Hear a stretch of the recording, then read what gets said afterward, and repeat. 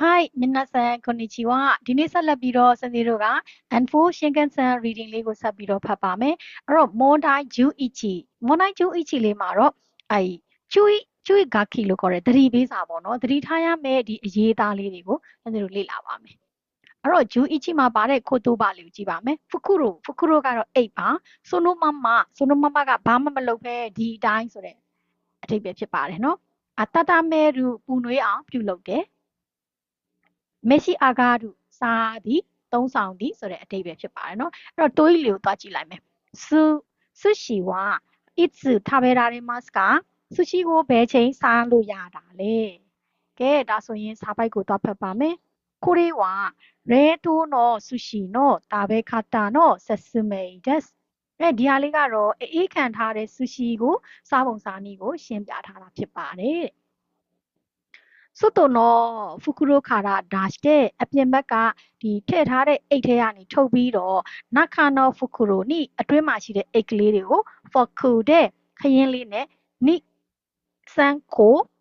穴を開けてください。2ပေါက်3ပေါက်လောက်အပေါက်ကလေးတွေခရမ်းလေးနဲ့ထိုးပြီးဖောက်လိုက်ပါတဲ့နော်။そして電子レンジの500ワットで3分温めます。အဲ့နောက်မှာတော့ဒီလျှပ်စစ်မီးဖိုမှာသူက500 ဝတ်လောက်နဲ့ပေါ့နော်3 မိနစ်လောက်အပူပေးပါတဲ့その後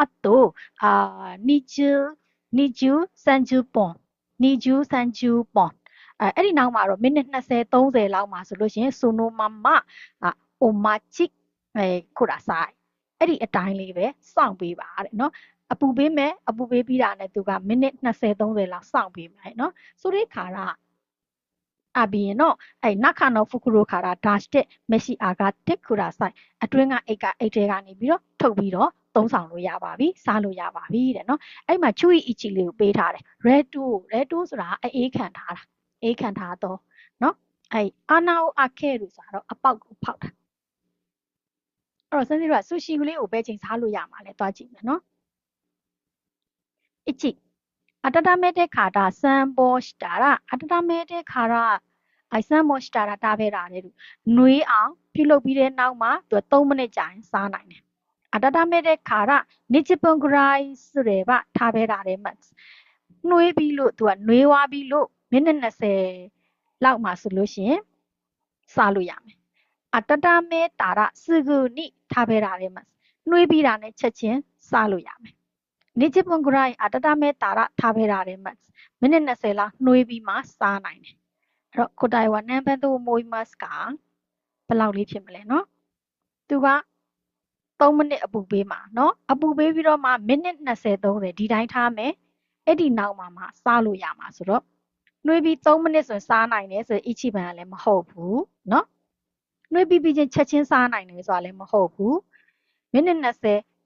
မိနစ်20နှွေးပြီးတဲ့အခါမှာလည်းစားမယ်မိနစ်20နှွေးမှာမဟုတ်ဘူး3မိနစ်ပဲနှွေးမှာဆိုတဲ့အတွက် ichi san yun အဖြေလေးတွေကမှားပါတယ်အဲ့တော့အဖြေမှန်ကတော့ 2番 ဖြစ်ပါတယ်နော်はい温めてから20分ぐらいすれば食べられますနော်နှွေးပြီးတဲ့နောက်မိနစ်20ကြာတဲ့အခါမှာစားလို့ရပါမယ်はいはい皆さんဒါဆိုရင်စင်စီတို့နောက်တစ်ပတ်မှာပြန်တွေ့ပါမယ်ရှင်またね